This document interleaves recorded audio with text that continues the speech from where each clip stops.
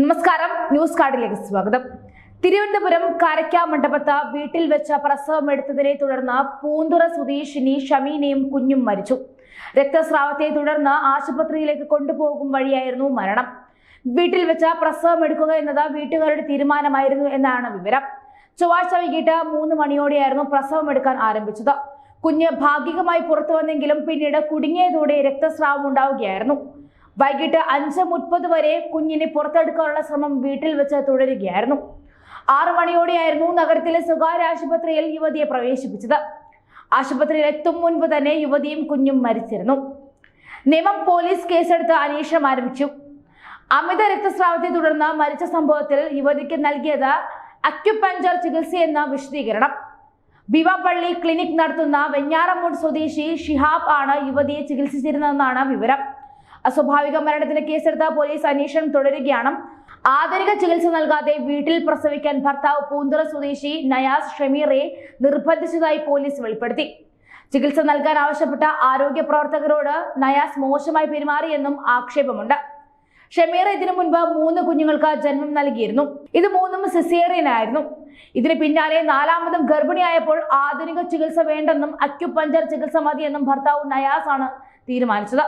അതേസമയം നയാസിന്റെ 2ാം ഭാര്യയാണ് ഷമീറ ബീവി എന്ന് പോലീസ് വെളിപ്പെടുത്തി. ഇയാളുടെ ആദ്യ ഭാര്യയിലെ മകൾ അക്യുപഞ്ചർ ചികിത്സ പഠിക്കുന്നുണ്ട്. ഷമീറ ബീവിയുടെ പ്രസവ സമയത്ത് ഈ മകളും സ്ഥലത്തുണ്ടായിരുന്നു എന്നതാണ് വിവരം. ഇവർ ഉൾപ്പെടെ പ്രസവ സമയത്ത് സ്ഥലത്തുണ്ടായിരുന്ന ബന്ധുക്കൾക്കായി പോലീസ് അന്വേഷണം നടത്തി വരികയാണ്. ഇന്നലെ വൈകിട്ട് നേമം പഴയ കാരക്കാമണ്ഡപത്തിന് സമീപം തിരുമംഗലം ലൈനിലാണ് സംഭവം നടന്നത്. നാട്ടുകാരുമായി കാര്യമായ ബന്ധമില്ലാതെ മാസങ്ങളോളമായി ഇവരിവിടെ കഴിഞ്ഞു വരികയായിരുന്നു. പൂർണ്ണ ഗർഭിണിയായിട്ടും ആശുപത്രിയിൽ പ്രവേശിപ്പിക്കാൻ വിസമ്മതിച്ചതിനെ തുടർന്ന് നാട്ടുകാർ ആരോഗ്യ പ്രവർത്തകരെയും നേമം പോലീസിനെയും റെസിഡൻസ് അസോസിയേഷൻ ഭാരവാഹികളെയും വിവരം അറിയിച്ചു. അവർ ഇടപെട്ടെങ്കിലും ഇവർ ആശുപത്രിയിൽ പോകാൻ തയ്യാറായില്ല. ഇന്നലെ പ്രസവവേദന അനുഭവപ്പെട്ടിട്ടും ആശുപത്രിയിൽ പോയില്ല. ഇതിനിടെ അമിതമായ രക്തസ്രാവമുണ്ടായി.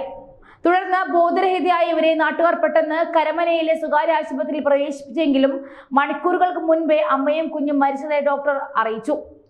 തുടർന്ന് സ്ഥലത്തെത്തിയ പോലീസ് ഭർത്താവ് നയാസിനെ കസ്റ്റഡിയിലെടുക്കുകയായിരുന്നു. സംഭവ സമയത്ത് വീട്ടിലുണ്ടായിരുന്ന ബന്ധുക്കളെ കുറിച്ചും അന്വേഷിക്കുന്നുണ്ട്. രാത്രിയോടെ ഇവർ താമസിച്ചിരുന്ന വാടക വീട് പോലീസ് സീൽ ചെയ്തു. സംഭവത്തിൽ ലഭിക്കുന്ന മറ്റൊരു പ്രധാന മൊഴി വാർഡ് മെമ്പറുടേതാണ്. ആദ്യത്തെ 3 പ്രസവവും സിസേറിയൻ ആയതിനാൽ പലതവണ അപകട മുന്നറിയിപ്പ് നൽകിയിട്ടും നയാസ് ഗൗനിച്ചില്ല എന്നാണ് മെമ്പർ ദീപിക ആരോപിച്ചത്. യൂട്യൂബ് നോക്കി സാധാരണ പ്രസവം നടത്താനാണ് ശ്രമമെന്ന് നയാസ് പറഞ്ഞതായും ദീപിക വെളിപ്പെടുത്തി. നമ്മൾ ഫോൺ ചെയ്യുമ്പോൾ പോലും ആ സ്ത്രീക്ക് സംസാരിക്കാൻ ഭയമായിരുന്നുവെന്നും അവർ ഭർത്താവിന്റെ സമ്പൂർണ്ണ നിയന്ത്രണത്തിലായിരുന്നുവെന്നും കൗൺസിലർ പറഞ്ഞു. കൂടാതെ കേരളത്തിലെ ആരോഗ്യ സംഘടനകളെല്ലാം അടച്ചാക്ഷേപിച്ചുകൊണ്ട് ഭാര്യയെ ഒരു കാരണവശാലും ആശുപത്രിയിൽ കൊണ്ടുപോകില്ല എന്നാണ് അയാൾ പറഞ്ഞത്. ഇത്രയും ആധുനിക സംവിധാനങ്ങൾ ഉണ്ടായിട്ടും ചികിത്സ തേടാതെ പ്രസവം വീട്ടിൽ തന്നെ നടത്താൻ ശ്രമിച്ചതിൽ മറന്നേക്കി പുറത്തുവരാത്ത രഹസ്യങ്ങൾ ഇനിയുമുണ്ട്.